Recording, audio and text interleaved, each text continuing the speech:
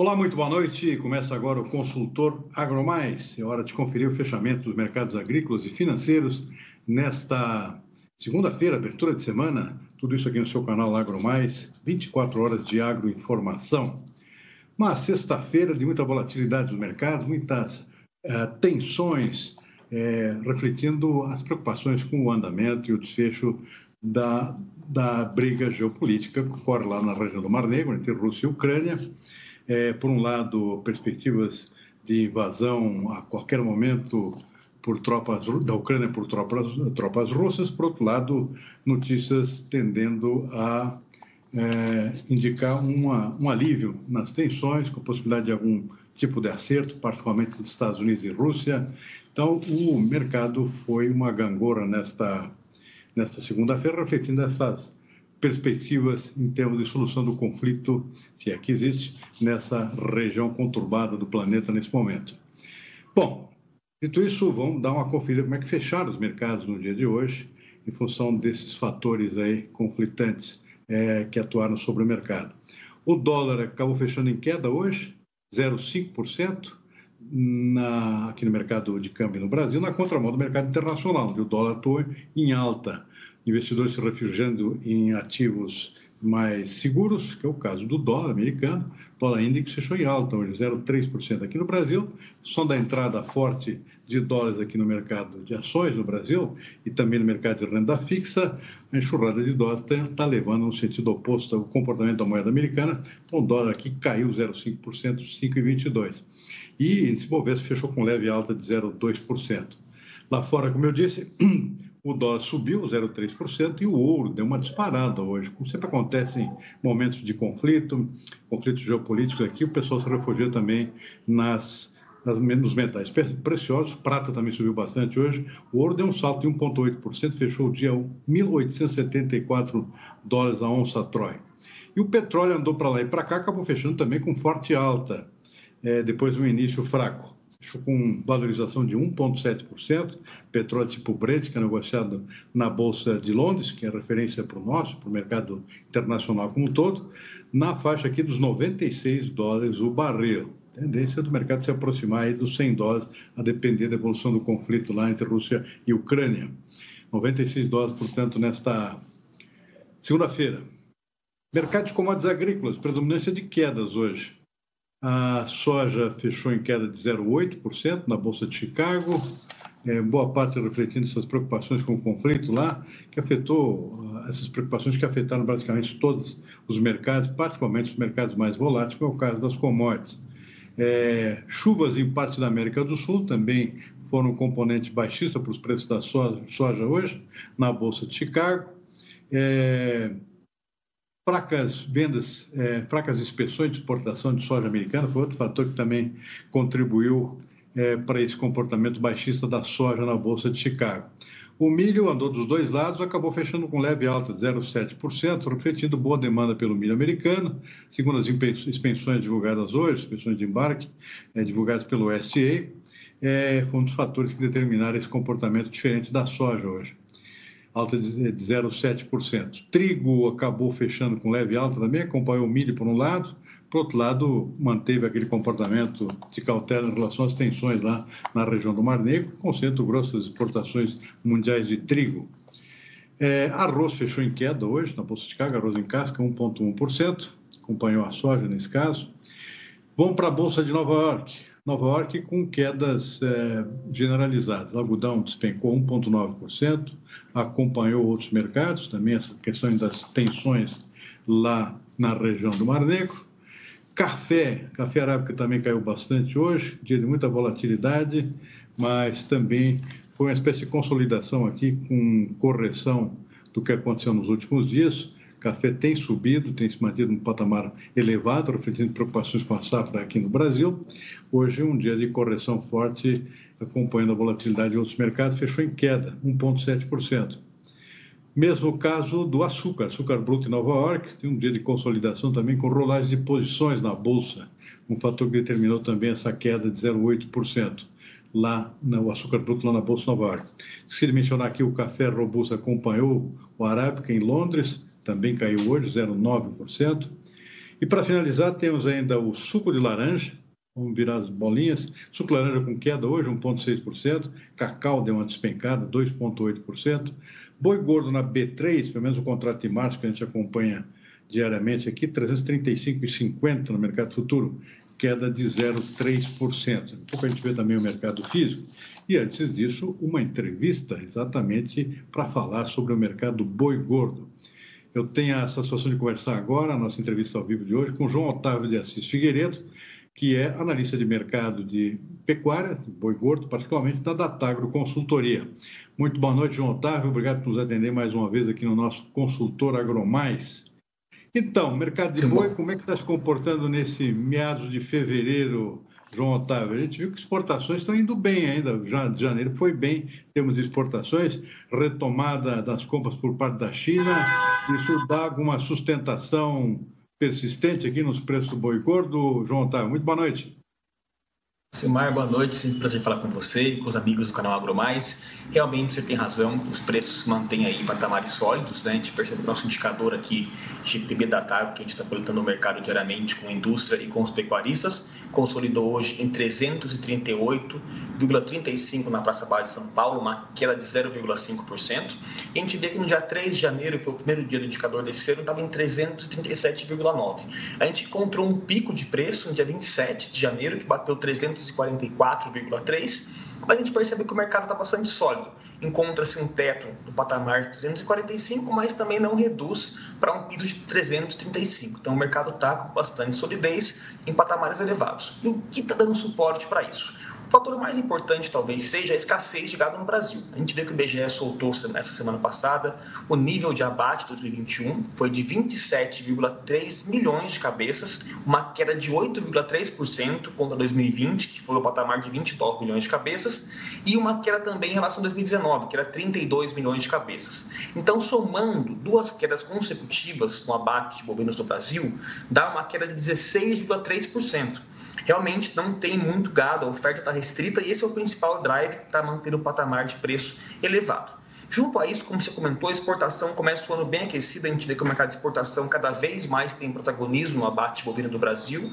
Janeiro aí foi 141 mil toneladas e fevereiro, os dados da SECEX hoje até a segunda semana, a gente já somou 73 mil toneladas. Então, somando janeiro com essas duas primeiras semanas de fevereiro, a gente já tem aí 214 mil toneladas exportadas. Já é um volume, um ganho em 40,6% a mais que o mesmo período do ano passado.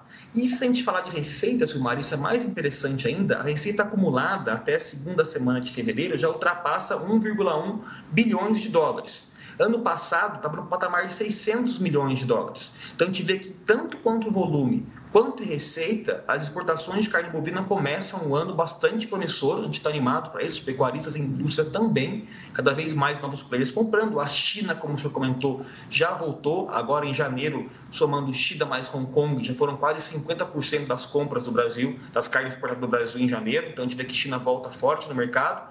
E é interessante a gente ver outros players, como Estados Unidos, Egito, cada vez mais demandando carne do Brasil. E também lembrar a Rússia, né, que fez um acordo interessante de 200 mil toneladas com o Brasil, já começa aí também a ter uma representatividade de 4% na compra da carne brasileira. Então, um ano bastante dinâmico, com muitos desafios no campo do pecuarista, que está com pouca oferta de gado, mas em termos de preço e exportação, o mercado começa bem aquecido. Falou aqui em desempenho superlativo em termos de exportações, tem a ver com volume maior, tem a ver com preço maior também no mercado internacional? Sim, o primeiro drive que forma isso, né, é a escassez de proteína no mundo. A gente percebe que a China, desde que teve a gripe suína, né, com os porcos, dizimou boa parte do plantel chinês, e a crescente demanda por mercados asiáticos de carne bovina. Então, a gente vê que a carne do Brasil se mantém bastante competitiva em dólares, né? A gente vê que esse mercado aí teve um incremento, está um pouco mais caro, mas ainda a gente comparado com os principais players exportadores, Austrália, próprios Estados Unidos e nossos Argentina, que nossos vizinhos que não estão em situação interessante, o Brasil cada vez mais vai ter um protagonismo em países que não importavam carne do Brasil, né? Os Estados Unidos é um exemplo disso, já é o terceiro maior importador de janeiro, quase 10%. Então, é uma combinação de preço, o dólar depreciado e a qualidade da carne brasileira está cada vez mais elevada, atendendo os patamares do mercado internacional exige. Então, é um benefício muito importante dos pecuaristas que fazem um bom trabalho no campo e a indústria também que tem certificação para poder exportar para outros mercados. Ô, João Otávio, o clima de alguma forma está afetando aí a oferta de gado? A gente está vendo que o Brasil, na metade sul, está torrando aqui a pastagem, né, em função de falta de chuva, né? Já esteve até pior, né? Porque praticamente desde novembro não chovia bem. Agora que caem uns pingos novos aqui, o Rio Grande do Sul continua com um pasto bastante prejudicado por conta de falta de chuvas, afetando as lavouras também. E já para a região norte é chuva demais, né? De que forma isso pode estar afetando também o comportamento da oferta de gado pronto para abate, hein?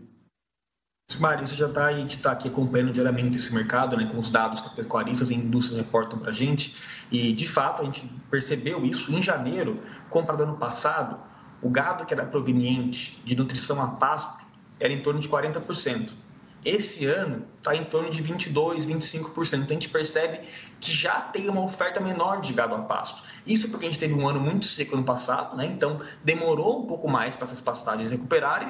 E junto a isso também, cada vez mais tem um movimento de intensificação na pecuária. Os confinamentos, semi-confinamentos estão crescendo bastante. Mas é notório que janeiro era um mês que normalmente tinha uma saída maior de gado a pasto. A gente já percebe uma queda de quase 20% disso aí, segundo os dados do nosso indicador GPB da TAG. João Otávio citou no início da nossa entrevista o comportamento dos abates, uma queda forte no ano passado, né? Tendência para esse ano de continuidade dessa pasmaceira em termos de volume de abates? Você vê alguma recuperação? Qual é o cenário que você está enxergando? A gente tem algumas projeções, algumas contas que a gente vem fazendo, né? A gente percebe que tende a uma estabilização, né? Para atender essa demanda forte do mercado externo. Esses preços, querendo ou não, dá um incentivo à maior produção, né? A gente percebe que o ciclo pecuário ainda não acabou, não está encerrando, né? A retenção de fêmeas continua presente no mercado brasileiro, mas a gente espera que aos poucos vai estabilizar e aumentar um pouquinho a oferta, porque o principal incentivo para ter mais oferta de gado são os preços, né? Mas a gente percebe que apesar dos preços estarem elevados, os custos de produção no campo também estão bastante elevados, né? Então, o pecuarista aí que tem uma gestão bem feita interna na fazenda consegue ter boas margens, mas o pessoal aí que tinha uma pecuária não tão tecnificada está sendo tirado desse mercado, porque é bom lembrar também que os preços de soja e milho estão extremamente remunerativos e atrativos. Então, muita área de pastagem está sendo diminuída, a gente tem dados interessantes sobre isso também, sendo ocupado por soja e milho, porque os grãos realmente é a cultura hoje mais remunerativa da agricultura brasileira. Do lado oposto, né, isso é uma encrenca nova para o pecuarista aqui, que é o preço da ração, né? Acho que o cenário para confinamento, e sendo com esses preços do farelo e do milho, eu não sei se o cenário, acho que não é lá de muito otimismo em termos de confinamento, né, João Otávio? Sim, a gente percebe assim, quanto vamos fechar de boi no Brasil esse ano, a gente percebe que os bons confinamentos, que têm gestão muito integrada, conseguem antecipar esses movimentos, fazer hedge das suas compras de milho, faz trava em dólar, né? Então, uma dinâmica muito diferente também. As plantas de etanol de milho em Mato Grosso e Goiás estão aumentando a oferta de DDG e DDGS, eram produtos que não existiam no mercado, então a gente vê que tem maior procura por novos produtos. Então, de fato, Simar, a pecuária brasileira nos últimos 2, 3 anos, com uma maior compra de outros players no mercado externo, está passando por uma dinamização, está mudando muito a realidade do campo da pecuária. Hoje a gente não encontra mais aquela pecuária antiga que o pessoal empenhava vaca, deixava 2, 3 anos no pasto. Isso está sendo assim cada vez mais dizimado e tem tipo uma pecuária de mais precisão, que a gente fala, que consegue monitorar preço, travar aonde isso vai chegar. Mas vamos acompanhar, é um mercado que vai trazer bastante movimentos, volatilidade. Esse ano deve ser um tom, porque a gente tem um ano também de eleição, fatores políticos na mesa, então a gente percebe que o pecuarista vai ter desafio, mas também está muito entusiasmado, né? O Brasil está realmente tendo um protagonismo muito forte no mercado internacional. Muito bem, está aí João Otávio de Assis Figueiredo, analista de mercado de pecuária da Tagro Consultoria. João Otávio, muitíssimo obrigado pela entrevista, uma boa noite, uma boa semana e até uma próxima. Obrigado, hein? Muito obrigado pela oportunidade, pelo espaço. Todos podem nos acompanhar no portal da Tagro, nosso indicador também reportando seus preços e ajudando a gente a melhorar nossas análises para o mercado agropecuário. Muito obrigado, boa noite. Boa noite. Muito bem, vamos em frente com o nosso consultor agromais desta segunda-feira, abertura de semana. Já tem aqui o fechamento do mercado interno de soja nesta segunda-feira. O mercado deu uma recuada hoje. Acompanhou Chicago, o dólar também não ajudou, ou seja, caíram os dois formadores principais de preço. Porto de Rio Grande aqui com queda de R$1 para R$205 por saca. Paranaguá caiu R$6, aí o tombo foi maior, para 191. No interior do Rio Grande do Sul, em Passo Fundo, o mercado é bastante descolado. O resto, em função das grandes perdas da safra gaúcha, Passo Fundo 206, mas também caiu R$1 em relação à sexta-feira. Cascavel, no Paraná, caiu R$6 para 186. Rondonópolis, Mato Grosso, 182, ficou estável. Rio Verde também não mexeu, ficou em 180. Dourados, Mato Grosso do Sul, também estável em 185, mercado físico disponível nesta segunda-feira. Pecuária, preço do boi gordo, Vale de São Paulo, estável em R$343 pela arroba. E uma alteração aqui negativa nas praças que a gente acompanha diariamente, que é em Dourados, sul do Mato Grosso do Sul, com uma queda de R$6 para R$307 a arroba. Muito bem, vamos em frente com as nossas notícias, tem muita novidade nesta segunda-feira. Olha, o Ministério da Agricultura reavaliou hoje suas tendências do valor bruto da produção agropecuária brasileira, revisou para R$1,2 trilhão. É o maior valor da série histórica, com crescimento de 4,3% em relação a 2021. Tem aqui alguns dados aqui que destaque sobre esse comportamento. A agricultura tem uma tendência de alta de 10,3%, mesmo com a quebra forte das safras agrícolas, aqui, particularmente de soja. A tendência é ainda de uma produção agrícola maior em termos de valor, de faturamento, por conta dos preços. Os preços estão explodindo, praticamente todos os principais grãos, e isso compensa para quem? Em termos de valor bruto médio, né, da produção brasileira. Não compensa o agricultor que não vai colher nada, não adianta ter preço, porque ele não vai ter receita nenhuma. Então, feita essa ressalva, esse é o comportamento previsto pelo Ministério da Agricultura. E na pecuária, tendência de queda, 8,6% no valor bruto da produção. Praticamente todos os setores da pecuária aí com tendência de queda esse ano, queda de preço principalmente setor de suínos, aves, sobretudo, com tendência de queda na receita, no faturamento. Bom, alguns destaques importantes aqui de produtos. Em primeiro lugar, a soja, né, que é o principal produto da agropecuária brasileira, com uma tendência de queda de 3,6% no faturamento bruto desse ano. Lembrando que o valor bruto da produção é o faturamento dentro da porteira da fazenda, não de toda a cadeia do agronegócio. Então, queda de 3,6%, embora continue sendo o principal produto aqui na lista, no ranking do agronegócio brasileiro.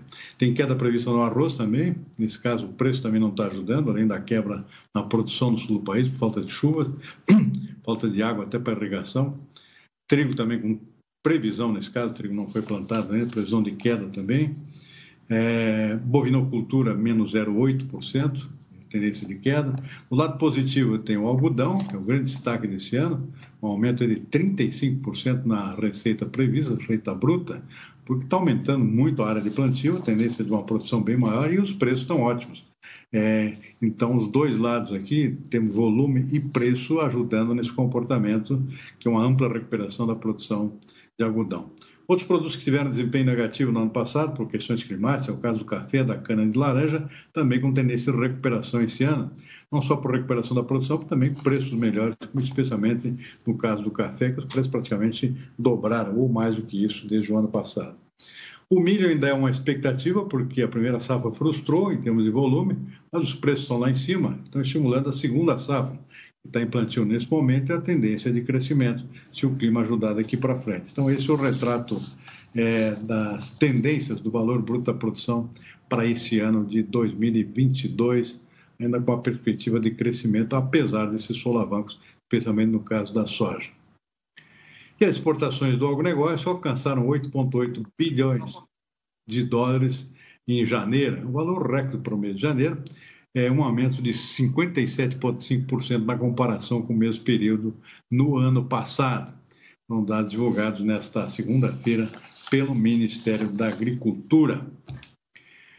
E o presidente Jair Bolsonaro embarcou hoje em direção à Rússia para se encontrar com o presidente Vladimir Putin.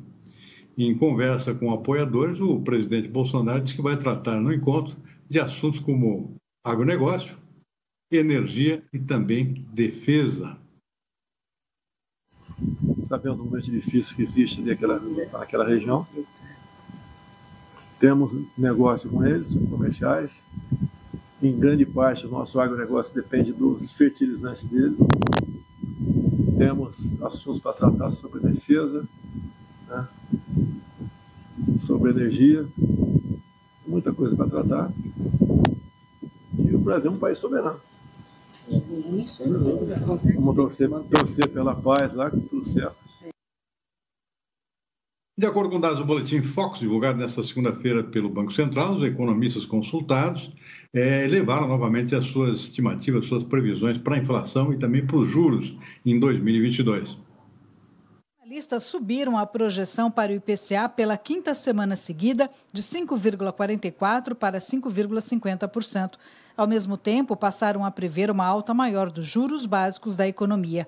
A previsão para a Selic ao final do ano subiu de 11,75% para 12,25%, ou seja, até dezembro haveria um aumento de 1,5 ponto percentual. Sobre o crescimento da economia, o mercado financeiro manteve a estimativa do PIB estável em 0,30%. Por fim, a projeção do dólar caiu de R$ 5,60 para R$ 5,58. O índice CEAGESP, que retrata aqui o comportamento dos preços de verduras, legumes e outros produtos na maior central de negócios de hortigranjeiros do Brasil, CEAGESP, em São Paulo, encerrou janeiro com variação positiva de 2,7% em relação a dezembro. O resultado foi puxado por fortes altas de verduras e legumes, cujas ofertas sofreram muito com o clima no ano passado e, em alguns casos, continuam sofrendo ainda. O setor de verduras teve crescimento de 32,76%, com destaques para as valorizações do coentro e da alface crespa. Além do calor intenso e as fortes chuvas, o aumento dos custos de produção e quedas de preços em dezembro também ajudaram a puxar a alta das verduras em janeiro. Na área de legumes, o avanço médio dos preços foi de 19,88%. E as maiores altas foram as do chuchu e da cenoura. Também encareceram em janeiro os pescados e produtos do grupo formado por itens diversos, como cebola e batata. Entre todas as categorias pesquisadas, apenas as frutas registraram queda. Na média, a redução em relação a dezembro foi de 4,28%, mesmo com muita chuva e temperaturas altas, características desta época do ano. A tendência para o mês de fevereiro é de estabilização dos preços das frutas e possível elevação dos legumes e verduras. Um aviso: os produtores de soja do Mato Grosso têm até esta terça-feira para cadastrar suas unidades de produção da safra 21-22 no Instituto de Defesa Agropecuária do Mato Grosso, o INDEA. Em nota, o governo mato-grossense afirma que os produtores que não realizarem o cadastro dentro do prazo estarão sujeitos a multas. O cadastro é uma das medidas adotadas como estratégia para a prevenção e controle do fungo da ferrugem da soja. De acordo com o INDEA, até quinta-feira passada, 9.753 propriedades já tinham realizado o cadastro. E agora falar um pouquinho de clima. Hoje, ao meio-dia, eu conversei com o agrometeorologista Marco Antônio dos Santos, da Rural Clima, sobre a situação e tendências do clima, começando pela situação mais crítica, que é o sul do país, particularmente o Rio Grande do Sul, onde a situação ainda não se normalizou totalmente e as perdas não param de crescer, perdas especialmente agora na soja. Confira o que ele diz sobre a situação no estado gaúcho. Paraguai choveu um pouco esse final de semana, até um pouco mais do que foi no Brasil. Deu uma condição um pouquinho melhor para o Paraguai, mas a Argentina não. A Argentina também vem sofrendo bastante aí com as chuvas irregulares. Isso traz muita preocupação aí para os produtores argentinos, para o mercado de forma geral, porque também não há previsões de muitas chuvas para a Argentina agora, não só no mês de fevereiro, mas março também.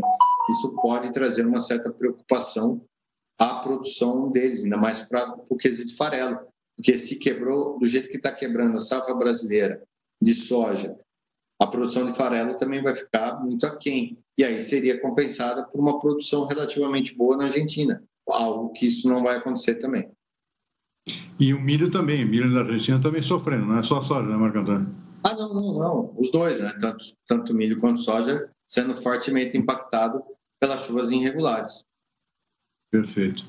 Marco Antônio, você sabe aqui que tem uma região do Brasil aqui que tem um calendário agrícola totalmente diferente, que esse é o caso de Roraima, né? Roraima é o mesmo calendário dos Estados Unidos. Aí por março o pessoal já está começando a preparar solo, plantar, para colher lá junto com os americanos, lá para setembro, outubro, né? Dá para especular com relação ao clima para esse ano nessa região ou está muito longe ainda? Não, pelo contrário. Eu tenho alguns clientes lá também, já estão especulando, né? Que eles começam a plantar agora em março, final de fevereiro e março, e a tendência é de chuvas muito boas. Há até uma possibilidade de serem impactados agora em março por excesso de chuvas no plantio. Né?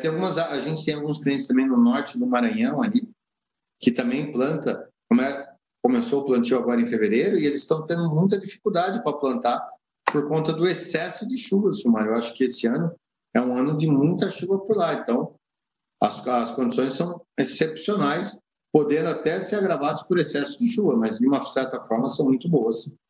Uhum. Alguma pitada aqui para o Nordeste, Marco Antônio? Situação por lá está chovendo bem, né? Olha, Silmar, ainda está chovendo, mas eu acho que as condições vão ser dentro de uma normalidade, nada de mais e nada de menos. Os reservatórios voltam a subir, as culturas voltam a ter condições boas, fevereiro vai chover bem, março bem e abril bem, que é o período de chuvas deles, né? Agora os próximos 3 meses, 3, 4 meses. Não é nada assim acima da média, porque o Atlântico está quente, então vai chover. Mas longe de ser como foi anos anteriores que choveu, os reservatórios subiram e tal. Mas é um ano de se apostar alto aí nas culturas do Nordeste.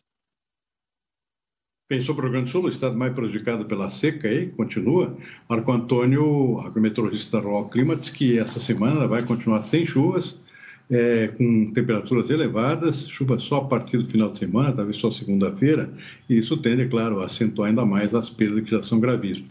A propósito desse final de semana, no sábado, a Emater do Rio Grande do Sul divulgou um novo levantamento sobre a situação das perdas no Rio Grande do Sul, e a situação piora a cada número que é divulgado, e esse não é diferente. Segundo a Emater, as perdas no caso do milho chegam a quase 55%, a produção deve cair de 6,1 para 2,7 milhões de toneladas apenas. E no caso da soja, uma perda de quase 44%, com a produção caindo para pouco mais de 11 milhões de toneladas de soja. É um desastre realmente climático a safra do Rio Grande do Sul. Nós vamos ficando por aqui com o nosso consultor agromais desta segunda-feira. Uma boa noite e uma boa semana.